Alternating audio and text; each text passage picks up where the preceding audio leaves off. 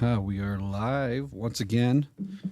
Pete, happy Friday. Happy Friday. Happy belated birthday to my brother yesterday. Oh yeah, Yeah, I called him. I was He gonna was say busy. I hope you actually wished him happy birthday. Yeah, and he doesn't watch this, so I mean, it really was. This is the Pete, just getting the kindness out of my heart after Right. being in court all morning. Oh geez, so it's Friday, June 27th. 27th. 27th. I lost the whole day. June 27th, and Pete spent the morning in Spokane, not Spokane, Spokane. Beautiful city up there. What were you doing up there, Pete? Well, I gotta say the courthouse is beautiful, man. If you haven't been up there, it is a gorgeous courthouse. At least the interior, the exterior, the interior is fine. I was up there, and thanks to our wonderful co-counsel Marshall Casey, who's been working the Sean Foyt case against the city of Spokane. For anyone that's kind of late tuning in, that's the one where Mr. Foyt came up. He prayed for then Mayor Nadine Woodward. He preached in an open invite. There was publicly advertised event. It was going to be at a park, but because the fires were raging at the time, it got moved indoors. And so, as he's praying, the city of Spokane decided to adopt a resolution saying, "Oh, your anti-LGBTQ extremism isn't welcome here." And some of the city council members are specifically on record saying that they wanted to make sure that it's known that that's not welcome in Spokane.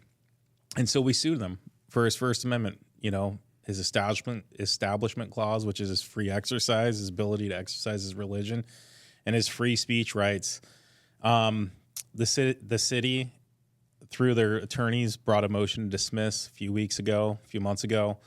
And we had a hearing on that. The judge is what's called taking it under advisement. So she's reading or has read the briefs and thinking about the oral arguments and doing her research on the case law that we presented to make sure we presented it clearly and accurately. Same thing with opposing counsel. And then she's going to make a decision. And she was very clear this morning that by law, I have up to 90 days. I don't intend to extend it that far, but I don't expect something next week, which, I wouldn't either, because it's a week from today is Independence Day. And she should be celebrating that with her family. Oh, Independence Day, 4th of July. Typically, as an organization, we take that as a holiday for all of us to kind of relax and just spend time with family. But this year, we're really focused on that because of some of the work that we're doing, especially with religious freedom being one of those and one of the founding tenets of this country, and obviously so because it was put into the Constitution. It's just such a great holiday to remember that, and sometimes I think that we don't take enough time to really remember what it is we're celebrating on that holiday. We just want to barbecue and time with friends and some fireworks, and then we go back to our lives. Yeah, I think that's the unfortunate kind of run-of-the-mill life that we have because things have moved so quickly, especially with the advent of technology. You're never really untethered. It's hard to do that. My goal is for this upcoming 4th of July and the week after to actually untether.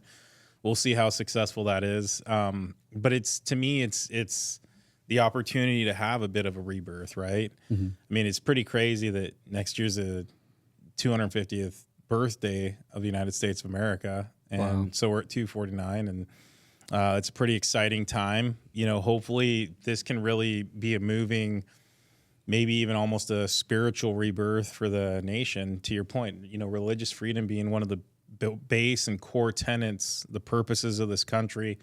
That's why we took that Foyt case. That's why we don't want a city to come in and say your religion, your viewpoint, your basis for preaching Christ's word, whether Pete Serrano agrees with it or not, or the city councilors up in Spokane agree with it or not. It's not the city of Spokane and the council members in their official capacity's duty to say which religion is okay and which is not.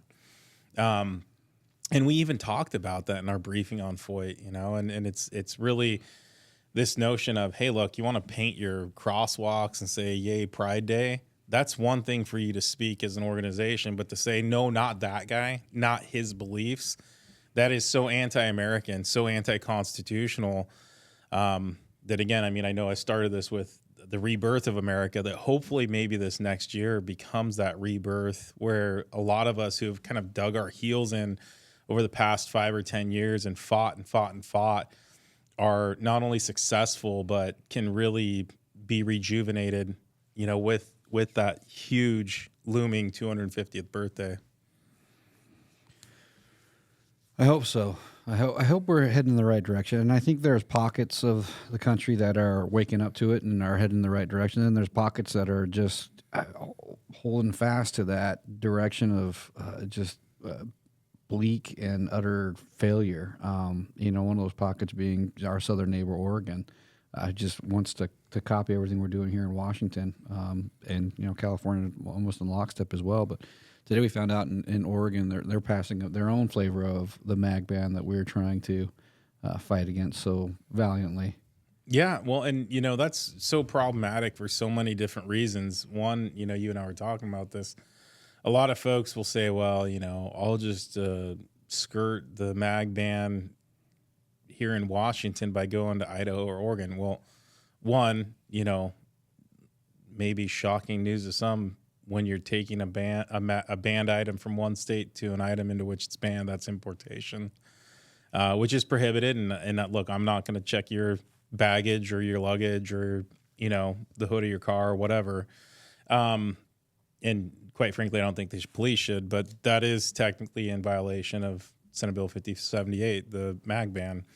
But equally importantly, that closes one of the two borders that were potentially porous and doesn't allow for folks to go down south and then bring them up north. And so, yeah, it becomes problematic for so many reasons, and notwithstanding the fact that it was technically illegal from day one. Right.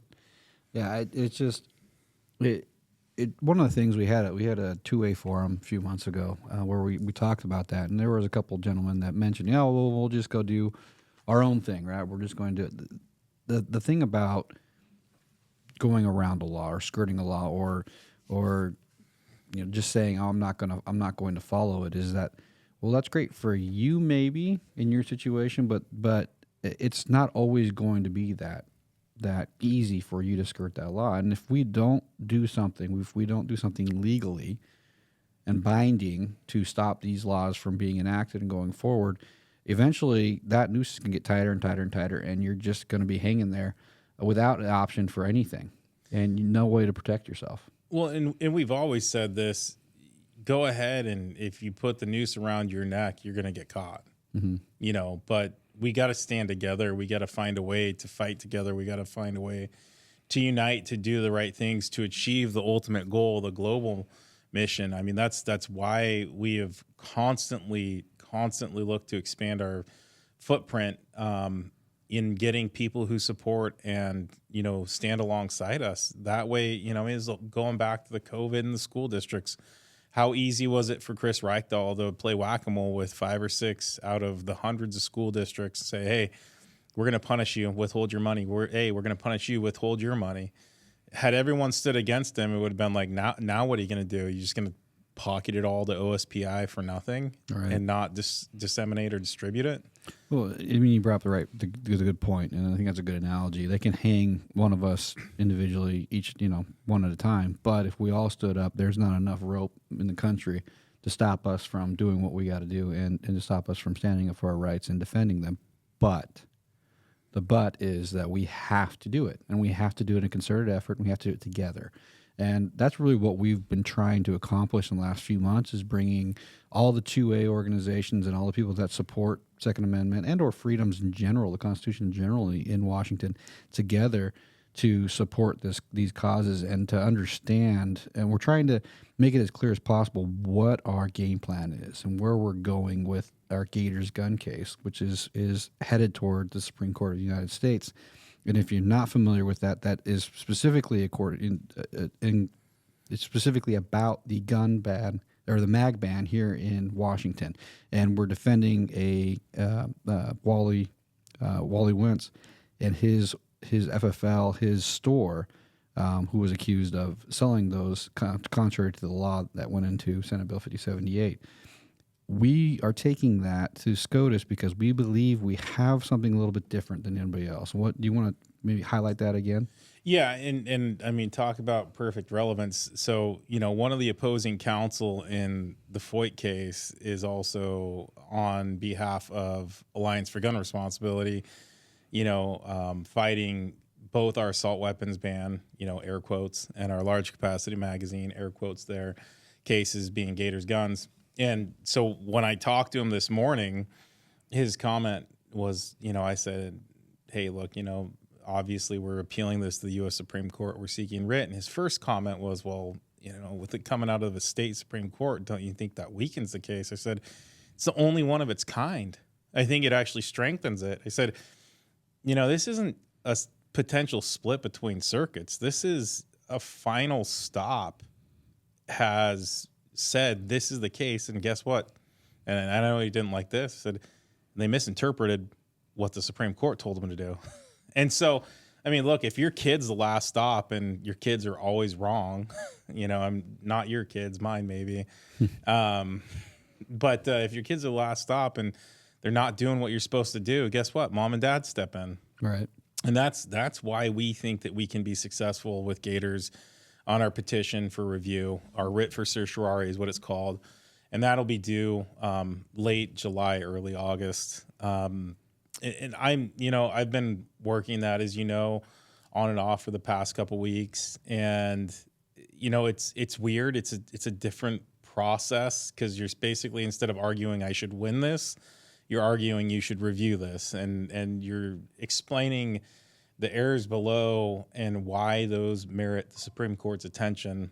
And I do think we have a very clear path. And it's, again, the fact that this is coming from a state Supreme Court that just abjectly ignored what the U.S. Supreme Court said in Bruen, in Heller, in Rahimi, and everything in between all those. I think that the Supreme Court, if they've not gotten enough frustration, remember, we don't have to have a 5. You got to have a majority to win the case on the merits, but you got to have 4 to take it from a writ. So, you can assume Thomas and Alito are chomping at it. Mm-hmm.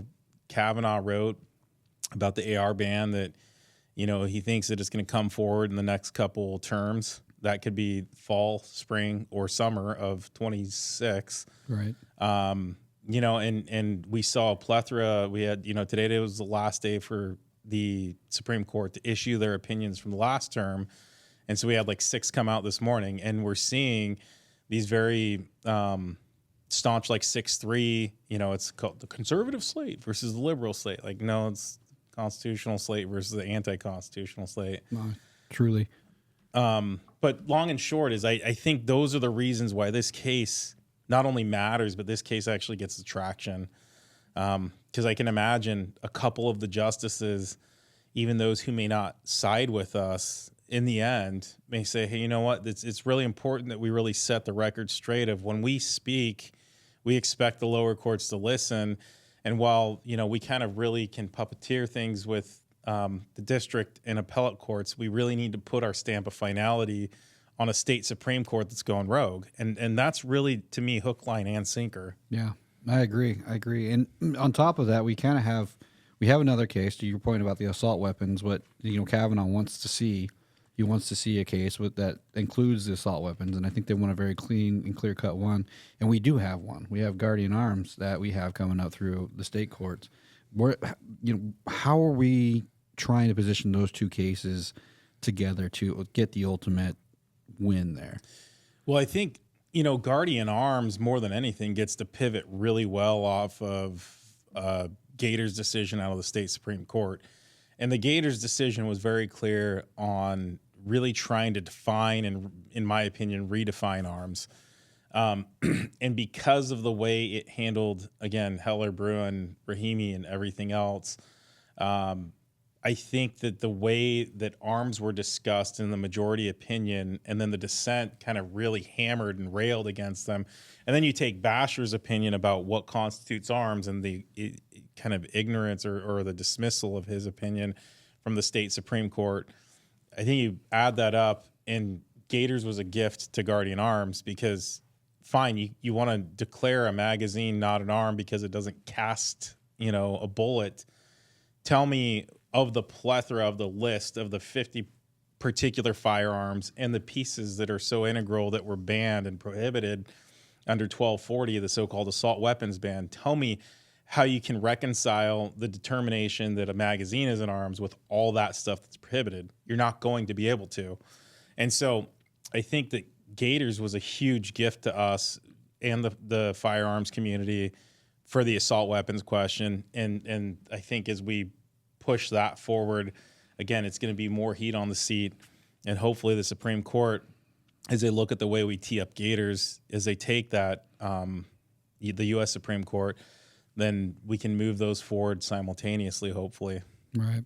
I mean, and if anyone's not following along, in layman's terms, what the state Supreme Court has done is kind of painted themselves in a corner, defining what an arm is with our Gators case, and then that law itself defining an arm. And so if an arm is something that is protected by the Second Amendment and the Article 1, Section 24 of the Washington Constitution, therefore the assault weapons cannot be banned because they are protected under those definitions. Yeah, I mean, absolutely. Those definitions have to be coextensive and they have to work well together. And I don't think that they are coextensive. One of the interesting things is, the state falls back on in use for self-defense, which we know is a misnomer from the Supreme Court, the U.S. Supreme Court. The Washington State Supreme Court has utilized that previously, and that's what we're really trying to reconcile with Gators is, hey, the Washington Supreme Court says the term arms is coextensive. In other words, it's the same under the Second Amendment or the Washington Constitution. On top of that, the U.S. Constitution is the floor. So how are you going to tell me that only for self-defense can really apply if the floor says for any lawful purpose? So again, we're trying to really pit Gators against both itself and against kind of Guardian Arms. I mean, I usually don't talk as openly about this while we have ongoing litigation because we don't know who's watching. But when I think the reality is when you look at the way the opinion's written, without trying to give our hand too far away, I think that's to me, those are the ways we get home on both of these. Right. And I mean, obviously you can tell it excites me. It excites me that we can actually have some wins, not only out of the state of Washington, but potentially out of the U.S. Supreme Court. Because we need them. That's really what it boils down to. The people of Washington, the people of the United States of America deserve and need to have their rights protected. For sure. So I invited people on Facebook Live to comment or ask questions live as we're going through. And we got a question from Mike. He says, have there been unlawful arrests in Washington State regarding these toxic laws? Is there law enforcement in Washington State ignoring these breaches of 2A rights? Thank you. So it's two questions. Have there been unlawful arrests in Washington State regarding these laws? Not that I'm aware of. I mean, these laws primarily are financial. Right. So they don't result in jail time, at least not typically. Obviously, we worked the Federal Way case for a while, and they ended up paying a fine. So the way that the way that I understand these laws and how they've been so successful is that they've not written them for the general public per se. They've written them specifically against FFLs or people who sell firearms legally. They've written them so that they have to comply with these laws, which therefore make us then comply because they have to defend or ensure that they're able to keep their license. So their livelihood and their license to sell is at risk if they are to be in contrary to these laws. Whereas the average citizen, if we had these items purchased before, we're grandfathered with these items. We just can no longer purchase them. Right.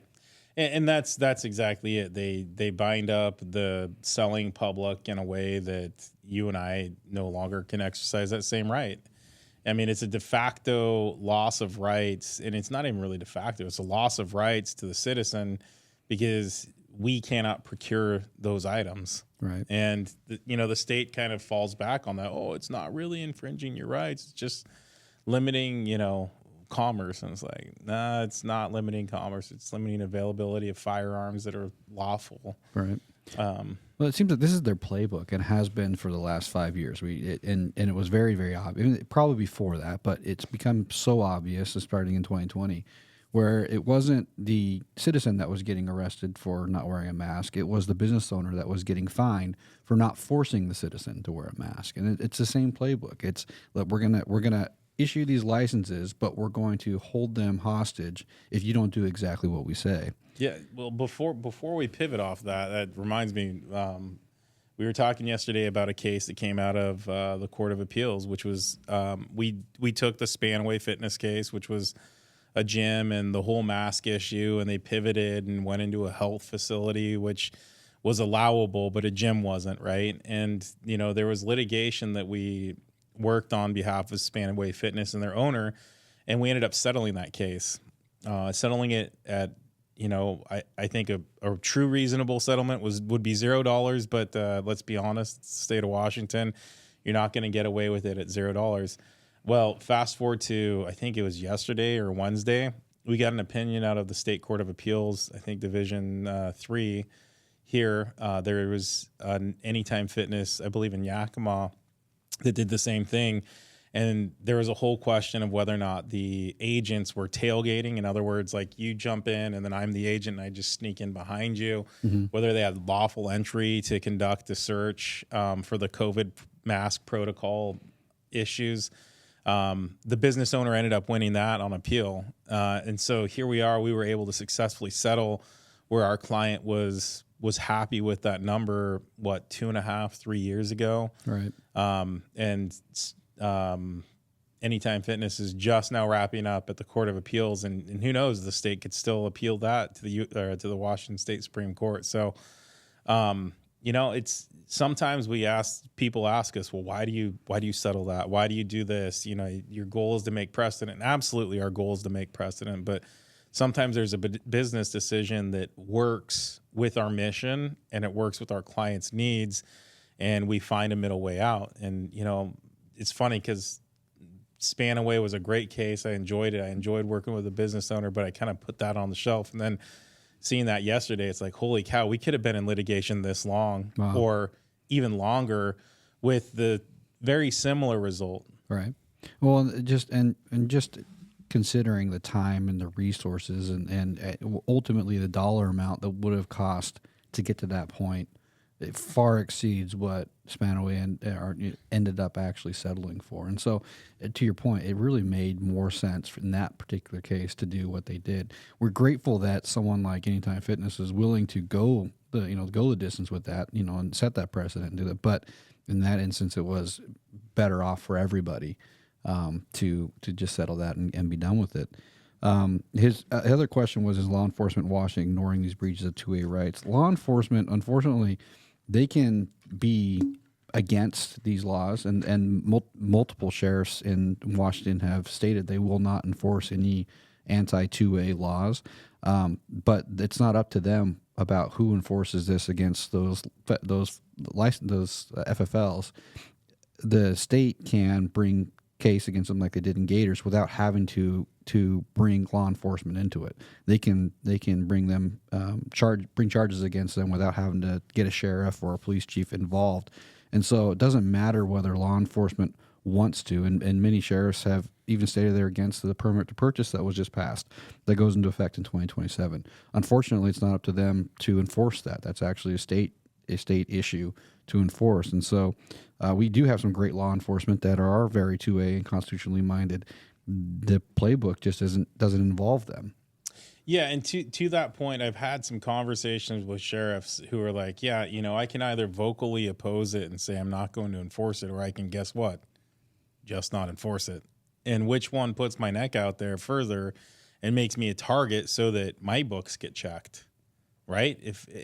Look, I'm not saying there's a right way or a wrong way. I personally, it's nice to have other folks that are vocal because, to your point about the rope gets stretched further and further.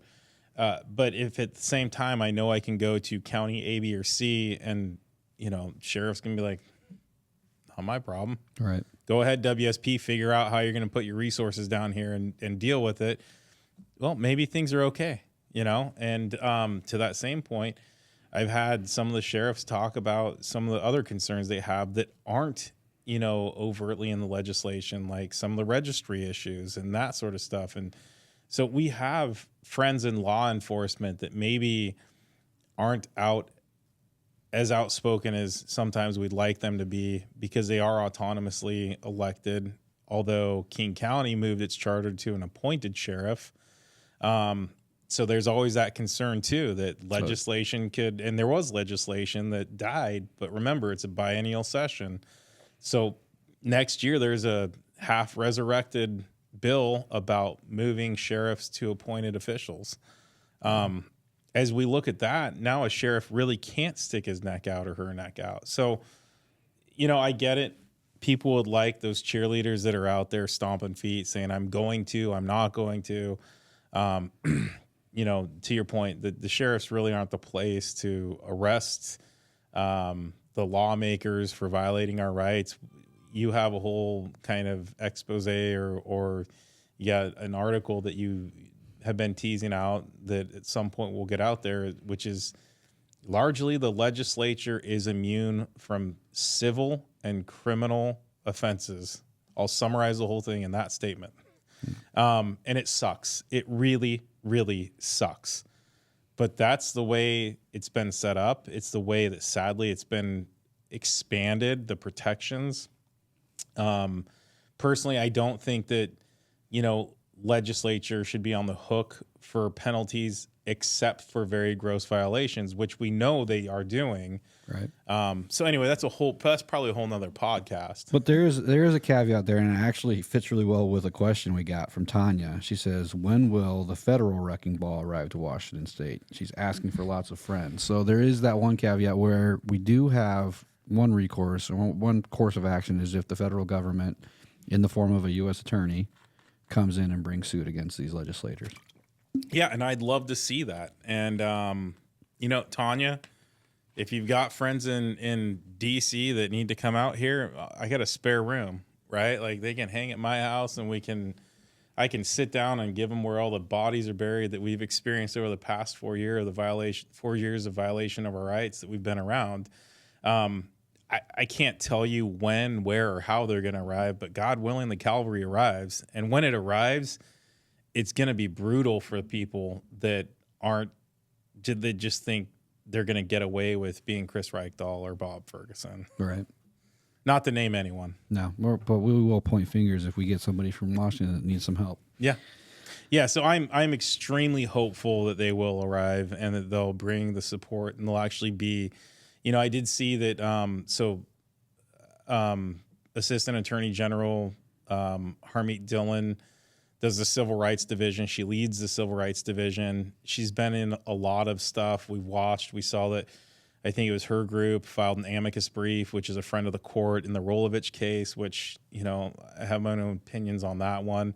But the one that I thought was exciting was I saw they actually filed a lawsuit in one of the Southern California counties about voters and voter registration.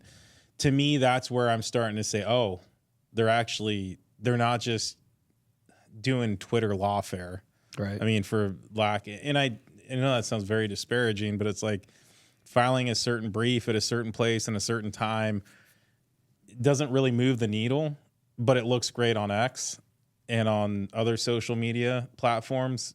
But filing, you know, affirmative litigation saying, county, you're going to fix this or else, that to me, like, now I'm paying attention. Right. So whether or not they're going to land here in Washington or how soon that'll be, I don't have a crystal ball, but hopefully our goal is to continually kind of mention them and get our voice out there, and anyone else that has a voice that can be amplified, please do that. Yeah. Well, you mentioned the Rolovich case. He was the head football coach at Washington State University. It relates to one of our cases, which we're defending Dr. Renata Moon, who lost her job at Washington State University for simply stating the facts. And we're watching that, and we're talking about the federal government. We're seeing the federal government make some changes and make some moves that I think that are positive for our case and for what we're trying to accomplish here in Washington in defending people. We have listed. We want to talk a little bit about our medical freedom, where things stand. We've got, I mentioned, Dr. Moon. We've got Dr. Wilkinson and Dr. Cole, who all are kind of outstanding out there. We're working on it and pushing the medical freedom. Where do we stand with those cases? Yeah. So with the Moon case, the state filed a motion to dismiss. I mean, it's called a motion for judgment on the pleadings, but more of a technicality. It's really a motion to dismiss the case, saying some of the claims that we filed, or at least some of the claims that are so-called time barred. You have a 3-year statute of limitations, some preceded. A lot of those facts are in there to really give the background of what really happened, which was when she went out and spoke before Senator Ron Johnson, and then her contract was not renewed. And so, that case, they're seeking to dismiss it based on the time issue. I don't see a world in which that's granted. We're going to focus in on where all the facts that really led into her discipline was, or where her discipline occurred, and that was clearly within the time frame. And so I'm not. I always hate to, I want to couch this. I'm not super concerned about that. There is risk that the judge could disagree with us. We've seen that before, and say, oh well, these very first issues that were outside the 3-year statute of limitations, the judge could decide that was really the determining factor. Again, the non-renewal really didn't happen until she spoke at the Ron Johnson hearing, which is clearly within the 3-year window. So even if some of the ancillary claims get dismissed, I believe that case will continue forward. And so that's Moon, and we're working on that. We have to file a response to that motion just the week after 4th of July. As far as Wilkinson, that case we argued that in early January, so it's coming up on 5.5 months before the State Court of Appeals. Hopefully we'll find that they determine that the medical commission didn't really utilize evidence or proper procedures to punish him and then, seek to take his license or at least suspend it. And so if we're successful there, it's going to be really interesting to see how that unwinds everything that's been done. And some of the stuff can't be undone. They sent him down to a PACE assessment, which is a clinician type assessment program in San Diego, which, most people want to visit San Diego, but I wouldn't for that purpose. So anyway, it's that case. We really need that decision because that'll really spur on how we want to approach it. Obviously, I think if we're successful, and I do think the judges it sounded like 2 of the 3 judges may have been inclined to listen to us. Certainly they listened to us and they may have even sympathized with us. And if that's the case, the state's going to have to decide what it wants to do with these medical freedom issues, because if that one's unwound at the appellate court and they don't appeal it to the Supreme Court, then, that's going to really lead the way for the Coles of the world. And we do have a hearing on his license in Seattle on like the 16th of July, It's mid-month. So, those cases are still winding their way through. Litigation takes a while. And, we were fortunate with Gators that people are like, oh, 2 years is forever. It's like 2 years is very quick in litigation, especially when you're talking about having a decision from a Supreme Court within that 2-year window. Right.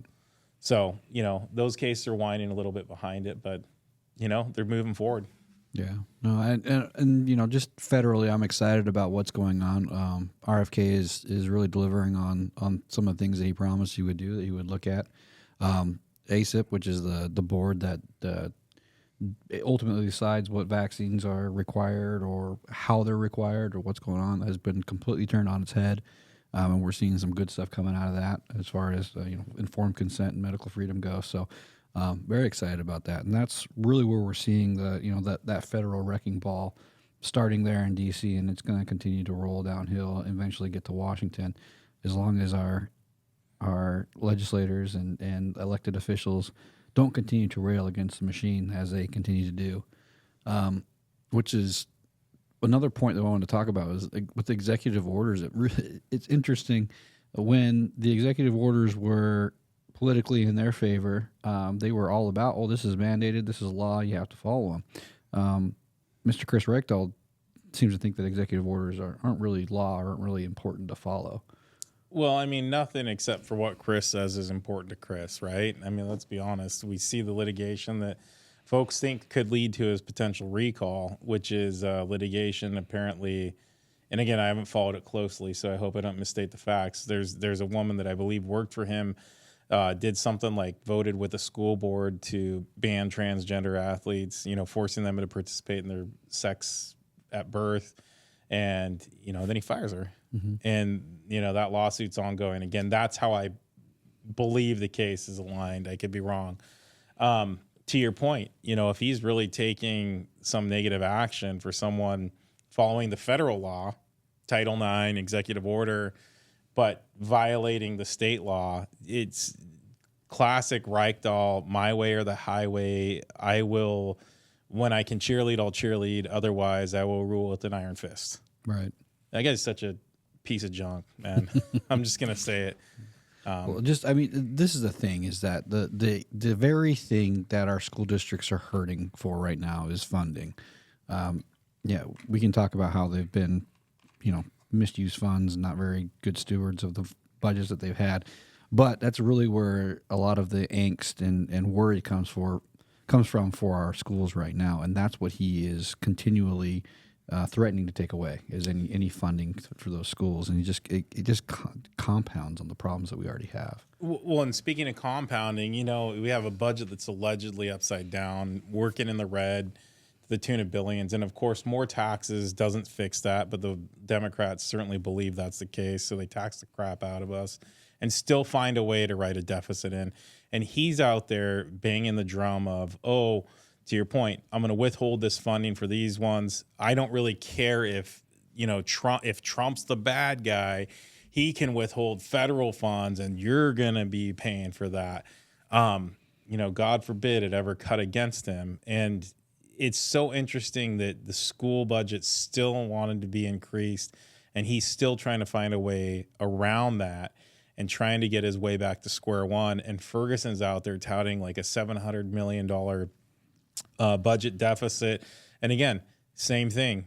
What's the problem? Medicare, Medicaid payments aren't coming through from the feds.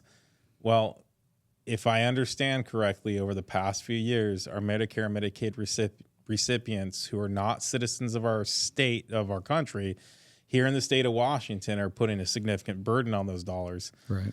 Now, you can be a good neighbor all you want, but you can't tell me the problem is Donald Trump when the state has actually set up a way to work a deficit. And now the feds are like, screw you. We're not giving you what you want. Right. And it is such a speak in one cheek and hold your tongue in the other cheek. Those two are ridiculous. What's crazy, though, is there enough people or cheated votes in Washington that they stay in power? Yeah. Well, it is insane. It's crazy. But it kind of makes sense because, we live in a state right now where we have, a drug crisis or a fentanyl crisis. And the drug of choice of our legislators is the tax dollar. Mm-hmm. And they can't get enough. And they've got to find ways to get more and more and more. And they figured the system out. They figured, we can let the wildlands go, and then we'll get fires, so we get money from fires. We're going to beg the government for any kind of emergency funds we can. We had a bomb cyclone come through. We're going to milk them for that. And then when they don't give it to us, we're going to stomp our feet and cry and say, they didn't give us the money that we need. When we should have had a surplus to be able to take care of that. Washington should be able to take care of Washington. Yeah, until you run the businesses out because you suck at, actually being a business-friendly state, and your intent is to tax the hell out of all businesses, small, medium, and large. I mean, it's a terrifying revenue forecast. If the Democrats continue to be so tax-heavy, we're screwed. The state, we've lost a significant portion of Boeing. I'm concerned about what's happening. Like Moses Lake, where you're from, they've got some phenomenal assets there, but how long are people going to want to be there? Mm-hmm. And then, what do you have left? Like the Hanfords of the world? At some point, what if, the feds say, screw it, we don't need to clean it up, grout it and be done in 4 years, not 61 years. Yeah. There's a lot at risk here of bad policymakers making bad policy and even worse spending choices. I had a different point, but sorry, it's hard not to go. And I think we practice restraint in this podcast from going off into the weeds and all the things that we see wrong with what's going on. We try and stay focused on what it is that we are specifically doing, right? Because we can rail and talk and whine all we want, and that's really what anybody has ever done. We're focused on taking action and what's actionable here. And that's really what we're working on. And you had something else that came through today. Well, and so just one other thing is the reason I railed on that is you mentioned the bomb cyclone, and people are blaming the Trump people. Bob Ferguson is blaming the Trump administration. My understanding was the first denial came through the Biden administration. Now, because it's been appealed for that FEMA money, that now it's Trump's fault. Well, listen, man, Nick Brown just tweeted out earlier that as far as the birthright citizenship, which we did help Amicus folks participate, which it looks like the Supreme Court said at a minimum, the nationwide injunction doesn't stay. Whether or not I don't think they've decided the question. They may have by now, because I understand some of the opinion was kind of leaked a little bit, and there may have been a further, cadence of the opinion that was going to get read in to the record. I don't know if that happened. Again, I was driving a lot. But he talked about their win at the trial court. Yeah, we won at the trial court. Disappointed in Scott. No, screw you, man. We won at the trial court with Gators, and shitty decision and I'll just say it for what it's worth. Fine.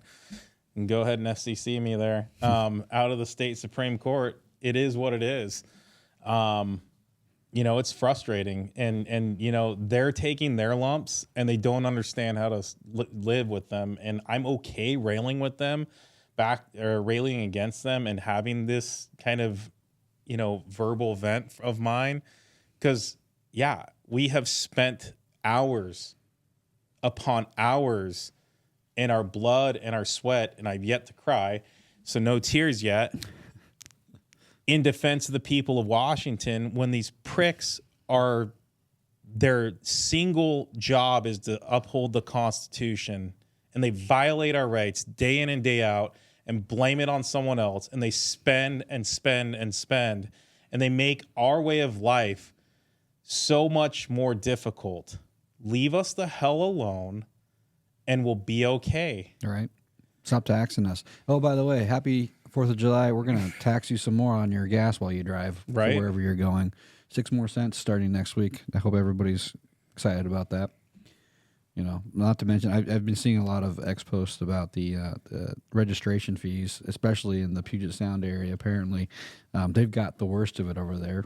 I've seen people $1,100, $1,300 to register their vehicles over there. Holy cow. Yeah. We're getting up closer to the $100, $150, $200 over here, and that's ridiculous how much it's costing us to register when it should be the $30 that we all voted for. Yeah, and you get unelected bureaucrats or appointed then elected bureaucrats to make decisions. It's pretty disappointing, and I know you wanted to shift off of my frustrations. Well, no, we're fine. I think we've covered just about everything, unless you wanted to go into the LCYC appeal. Yeah, just the one last thing. Everyone remembers the Parents' Bill of Rights, which not surprisingly was successful as an initiative, then successful as legislation that came from an initiative, and then got appealed, and then this year legislature overturned that. So we had the success alongside the state defending that first Parents' Bill of Rights, the real Parents' Bill of Rights, not the undoing of that. And that was in King County Superior Court. And finally, LCYC, the group that opposed the original Parents' Bill of Rights, has finally appealed the case in state appellate court. So that's briefing that's being conducted this summer as well over the next few weeks. So we're going to have a lot that's moving that's critical. And now I know a lot of folks are like, well, the legislation undid most of it. And it's like, okay, that's true. But whatever wasn't undone, we can still salvage. And so let's not forget that. The time and the effort that we're going to put in is going to be worth salvaging those pieces that are left. And also it's going to be important to have a court of law say, this is or isn't how the law should work. This is or isn't how legislation should work. There was a whole question about single subject and where it was appropriate. So, there's a lot of the contours of legislation that can, and the parameters defined as we litigate this case. You know, there's the whole mature minor doctrine, which is an outstanding issue that we raised. So there's a lot of meat left on this bone, and why we are staying in this appeal. And again, I received it as I was driving, so I haven't read their brief, but I can imagine what it says. And you know, it's a fight that we're going to stay in. So, you know, we got a crazy summer. It's really 2A heavy, obviously, with Gators going to the U.S. Supreme Court, and then God willing, they actually take it. And over the fall and spring, we're briefing it on the merits and trying to fire up Guardian Arms. But we also have real critical issues, you know, parental bill of rights and family rights, bringing those to the forefront and staying in that. We've got other voter rights issues that are percolating as well. I mean, there's just so much that we continue to do because, again, those who are elected aren't doing it, and someone has to step in, and that's us. Right. And that's really, I mean, I wanted to close it by summarizing our work, right? I mean, you hit on all the topics that we're really working on. I mean, you didn't mention the medical freedom with the docs that we're representing as well, but we are that groundswell of, you know, what we need to do to oppose those that are in power that are trying to take our rights from us. And it's only through us, we the people, that we're going to make a change. We've talked a lot about the federal government and what they're doing. They're doing great work, but it's not going to affect us if we don't make the change and we don't support them in what they're trying to do, and we don't do it here locally. We have to get together, we have to organize, and we have to continue to push. We have to let our friends and neighbors know, hey, there's this organization called Silent Majority Foundation. Guess what they're doing? These are the things that they're standing for. These are the fights that they have for us. Is there one that you're interested in? Help support them, you know. Unfortunately, we have to ask for donations. Money is what makes the world go round, and we're fighting against an unlimited supply of our tax dollars. So we're doing it with extremely thin margins and doing it as cheaply and most affordable way that you can fight for your rights without having to get your own personal attorney is to join with us and become a member and or a monthly donor and fight for your rights. Absolutely. I mean, that is what we stand for, and we have to be yoked with our folks and have to have that financial support, or we can't do it. I mean, we have left a lot of money on the table where if we were doing this in a private firm, you know, my house would be much bigger and much nicer. But that's not the point. The point is we do this on a shoestring budget so that we can put all efforts into protecting and preserving our rights. And if we're gone, there's not going to be another line of defense. Yeah, I don't see one coming unless we, as a people, we the people, keep going. Yeah, I'll move then.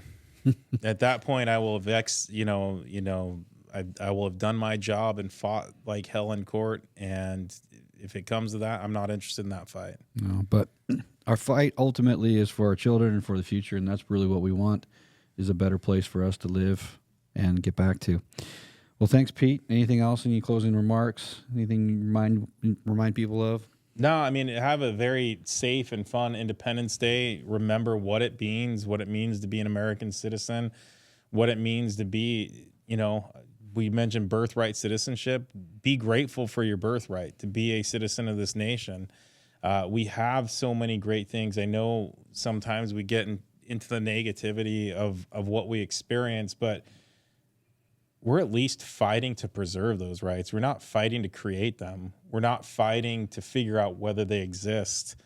They exist, they're being violated, and we are trying to stand in that middle position to mediate, or not even mediate, just to recover our rights. And we're blessed to start from that premise. There's so many people that start from down here and like, what can I do? Like, right. We've got it. We're right. Blessed. We are a blessed nation. Right. And we understand it is our duty to continue to fight for those rights, even though they are granted to us by God. It's our duty to continue to fight for them and stand for them.